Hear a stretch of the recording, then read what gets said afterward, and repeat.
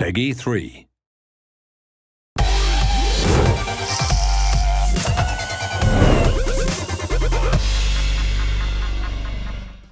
Welcome back to the Boot Room. This week, myself and Match Magazine's Darren Cross are discussing some advanced techniques that could give you the edge when playing FIFA 13.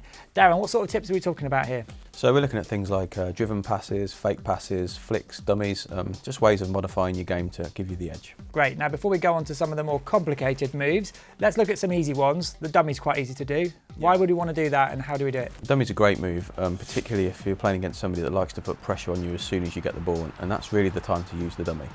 So as you play the ball into your striker, if you've got a defender really close that's looking to get in there and make a tackle, hold RB and you'll let the ball run through your legs, and hopefully the defender will miss it and you'll just have a lot of space to turn and run into.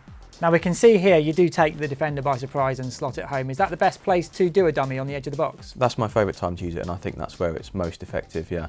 You can really use it anywhere on the pitch that you're under pressure, but particularly with your striker, if he's up against the last defender and you can let that ball bypass both of you so that you run into the space, that's when it's going to work best. Right, let's talk about the driven pass, because this isn't used by a lot of people, is it? No, you don't very often see people using the driven pass. I think perhaps they wonder what's different about it, but the answer is that it's kind of quicker than a long pass, so it gets to the target much sooner, and you don't have as much risk of it being intercepted as with a short pass. So it is good when you're trying to sort of play it through precisely to a teammate.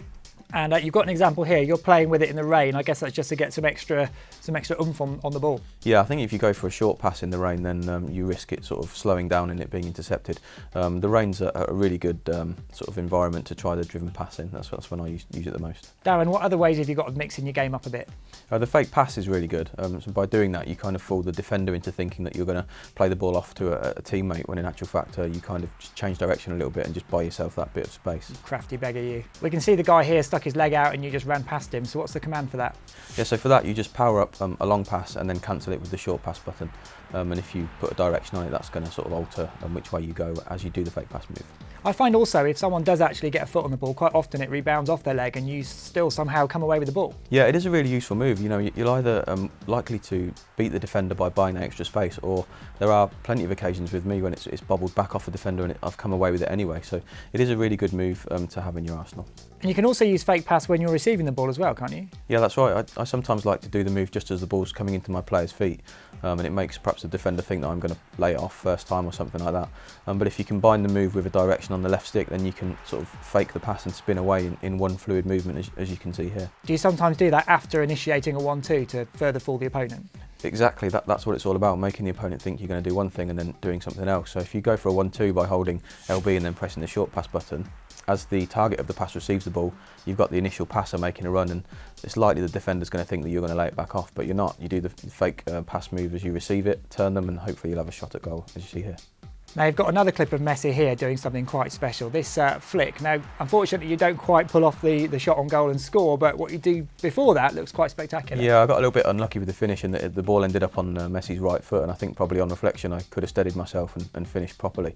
But it's a really nice move. It's ever so effective if you time it right. So all I did was, as Messi received the ball, I flicked the right stick in the direction that I wanted him to go, at the exact point that the ball got to his foot. And as you can see here, he just flicks it past the defender, spins away and is in on goal. Finally, Darren, we're moving on to one of your favourite moves in the box, aren't we? Yeah, I really like the fake shot stop move in FIFA 13.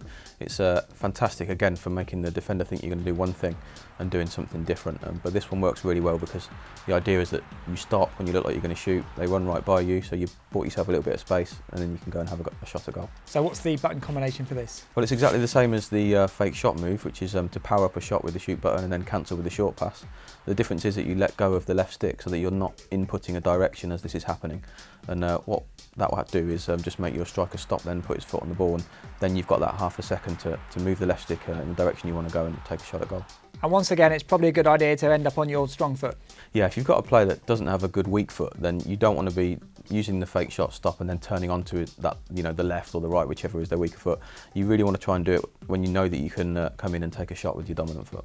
Great tips, Darren, but is it best to use these in moderation? Yeah, definitely. I mean, don't use them in your third of the pitch, when you're defending. And I'd say also don't overuse them in the attacking third. If you constantly go for these tricks and dummies and flicks all the time, then your defender's going to expect it, and that kind of is opposite to what we want. We don't want him to know what you're going to do. Indeed. Right, it was quite advanced this week, but next week we're going back to basics, aren't we?